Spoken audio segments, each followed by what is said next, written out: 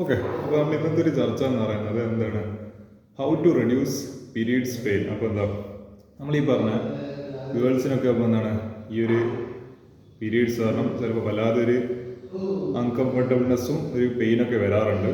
അപ്പോൾ എന്താ ഞാനിങ്ങനെ ഒരു ലൈക്കിനോ എന്താണ് ഈ ഒരു എൻ്റെ ഭാഗത്ത് നിന്ന് എനിക്ക് എന്തെങ്കിലുമൊക്കെ ഒരു ഹെൽപ്പ് ഈ ഒരു കാര്യത്തിൽ ചെയ്യാൻ പറ്റുമോ എന്നുള്ളതിനെ പറ്റിയിട്ട് ചിന്തിക്കുന്ന ആ ഒരു റീസർച്ചിനെ പറ്റി I mean how to reduce periods pain എന്നതിനെ പറ്റിയിട്ട് ഒരു റീസർച്ച് നടത്തുന്ന സമയത്ത് എനിക്ക് എന്താണ് ഞാൻ പരിചയപ്പെട്ട രണ്ട് സ്ട്രെച്ചിങ് എക്സസൈസ് ഉണ്ട്. അത് ഞാൻ ഇവിടെ എന്താണ് ഇന്ന് ഷെയർ ചെയ്യാൻ ആഗ്രഹിക്കുന്നുണ്ട്. ഇത് ആക്ച്വലി നോക്കുന്ന സമയത്ത് എന്താണ് ഞാൻ ആക്ച്വലി പേഴ്സണലി വർക്കൗട്ടൊക്കെ ചെയ്യുന്ന ഒരാളാണ്. വീട്ടിൽ നിന്ന് തന്നെ ആപ്പിൽ എൻ്റെ വർക്കൗട്ട് ആപ്പിൽ തന്നെ ഈ യോഗ മാറ്റിലൊക്കെ ഇരുന്നിട്ടല്ല മറ്റേ ആപ്പിലൊക്കെ daily 6 days a week workout ചെയ്യുന്നതാണ്. അപ്പോൾ ഞാനെപ്പോഴും സ്ഥിരം ഒരു സ്ട്രെച്ചിങ് എക്സസൈസ്, അതായത് ബോഡിക്ക് ഒരു സ്ട്രെച്ച് കിട്ടേണ്ടിയിട്ട് എപ്പോഴും ചെയ്യുന്ന രണ്ട് എക്സസൈസ് ആണ്. അതായത് എനിക്ക് ഭയങ്കര അപരിചിതമായിട്ടുള്ള രണ്ട് എക്സസൈസ് ഒന്നുമില്ല. എപ്പോഴും ഞാൻ സ്ഥിരം four the last 4 years I been doing the same exercise again and again. അപ്പോൾ ഈ സ്ട്രെച്ചിങ് ആക്ച്വലി നമ്മുടെ ബോഡീനെ വല്ലാതെ ഹെൽപ്പ് ചെയ്യുന്നുണ്ട്. നമ്മൾ പലപ്പോഴും നമ്മുടെ ബോഡി സ്റ്റിഫ് ആകുമ്പോഴാണ് നമുക്ക് ആടപ്പെടുത്താൻ വേദന, മുട്ടുവേദന, മറ്റേ പുറം വേദന എല്ലാം പറഞ്ഞിട്ട് അങ്ങനെ വരുന്നത്. അപ്പോൾ ഞാനത് പരിചയപ്പെടാൻ ആഗ്രഹിക്കുന്നുണ്ട്. അപ്പോൾ ഞാൻ ആഗ്രഹിക്കുന്ന കാര്യം എന്ന് പറയുന്നത്, ഈ പീരീഡ്സ് വരുമ്പോൾ ഈ മെയിൻലി ഒരു പിടുത്തം വരുന്നതെന്ന് പറയുന്നത് ഒന്ന് ഈ അബ്ഡമൻ ഏരിയ, ഈ ഒരു വയറിൻ്റെ താഴത്തൊരു ഭാഗം, പിന്നെ നമുക്ക് തോന്നുന്ന ഈ ഒരു പുറം, ദിസ് ലോവർ ബാക്ക്, ഈ രണ്ട് സ്ഥലത്ത് വല്ലാതൊരു പിടുത്തം വന്നാണ്. അതുകൊണ്ടാണ് ഈ വേദന വല്ലാതെ സഹിക്കാൻ പറ്റാത്ത രീതിയിൽ ആവുന്നത്. അപ്പോൾ ഇത് കുറക്കേണ്ടിയിട്ട് നമുക്ക് ചെയ്യാൻ പറ്റുന്ന രണ്ട് സ്ട്രെച്ചിങ് എക്സസൈസ് ഉണ്ട്. അതിന് ഒന്നാമത്തെ പേര് കാറ്റ് കൗ പൗസ്, പിന്നെ രണ്ടാമത്തെ എന്ന് പറയുന്നത് ചൈൽഡ്സ് പോസ്.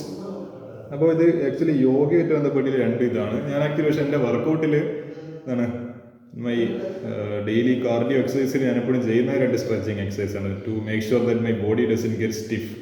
അപ്പോൾ നമുക്കതിൽ നോക്കി നോക്കാം ഈ കാറ്റ് കൗ പൗസ് എങ്ങനെ ചെയ്യുന്നതില്ലത്. അത് ആക്ച്വലി ഒരേ സമയം നമ്മുടെ ഈ ഇവിടെയും ഒരേ സമയം ഒരു സ്ട്രെച്ചിങ് വരുന്ന രീതിയിൽ. അപ്പോൾ നമ്മൾ പറ്റുമെങ്കിൽ ഈ ഇങ്ങനത്തെ ഒരു യോഗ മാറ്റ് എടുക്കാൻ വേണ്ടി ശ്രമിക്കുക. അപ്പോൾ എന്നിട്ട് ഞാൻ കാണിച്ചു നമ്മളെ മുട്ട് ഈ രീതിയിൽ വരുന്ന രീതിയിൽ നമ്മളെ മുട്ട് ഇങ്ങനെ വെക്കുക. 2 knees on the floor like this, the 2 hands.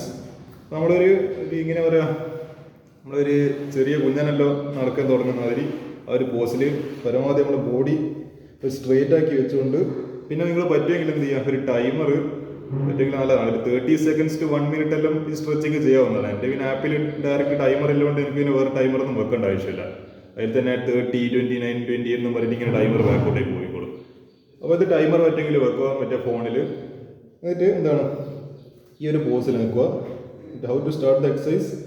നമ്മൾ ഒന്നാമത്തെ കാര്യം വി ഗോ അപ്പ്, പിന്നെ ഡൗൺ, പിന്നെ അപ്പ്, ഡൗൺ.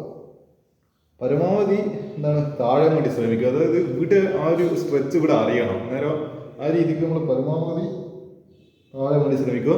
പരമാവധി എത്രത്തോളം മുകളിലേക്ക് നോക്കാൻ പറ്റുമോ, എനിക്കിപ്പോൾ എത്രയോ പറ്റുന്നില്ലോ. അപ്പോൾ ഇതിങ്ങനെ ചെയ്യുന്ന സമയത്ത് ഇവിടെ ഒരു പിടുത്തം വരുന്നുണ്ട്.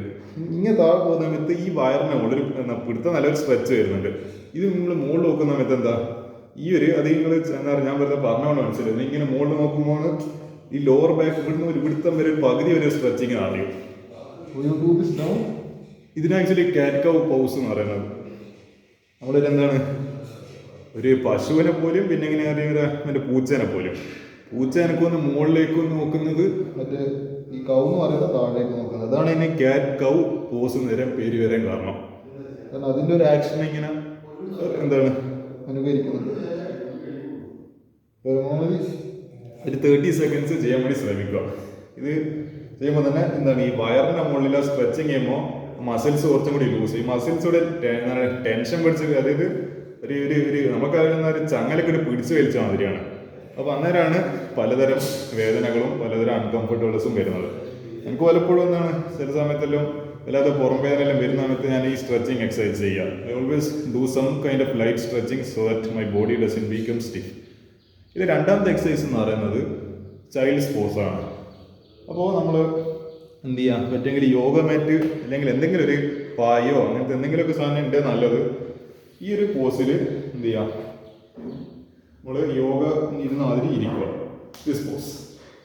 എന്നിട്ട് പരമാവധി നമ്മൾ ഈ നിസ്കരിക്കാനൊക്കെ ഇരുന്ന മാതിരി നമ്മൾ നെറ്റി ഇവിടെ നിലത്ത് തൊടുന്ന മാതിരി നെറ്റി തൊടുക. പരമാവധി ഇപ്പോൾ എത്രത്തോളം അടുക്കാൻ പറ്റുമോ അത്രത്തോളം നല്ലത്. ഈ രണ്ട് കൈ എന്ത് ചെയ്യുക, പരമാവധി സ്ട്രെച്ച് ചെയ്തിട്ട് പോവുക. ഇത് താഴെ.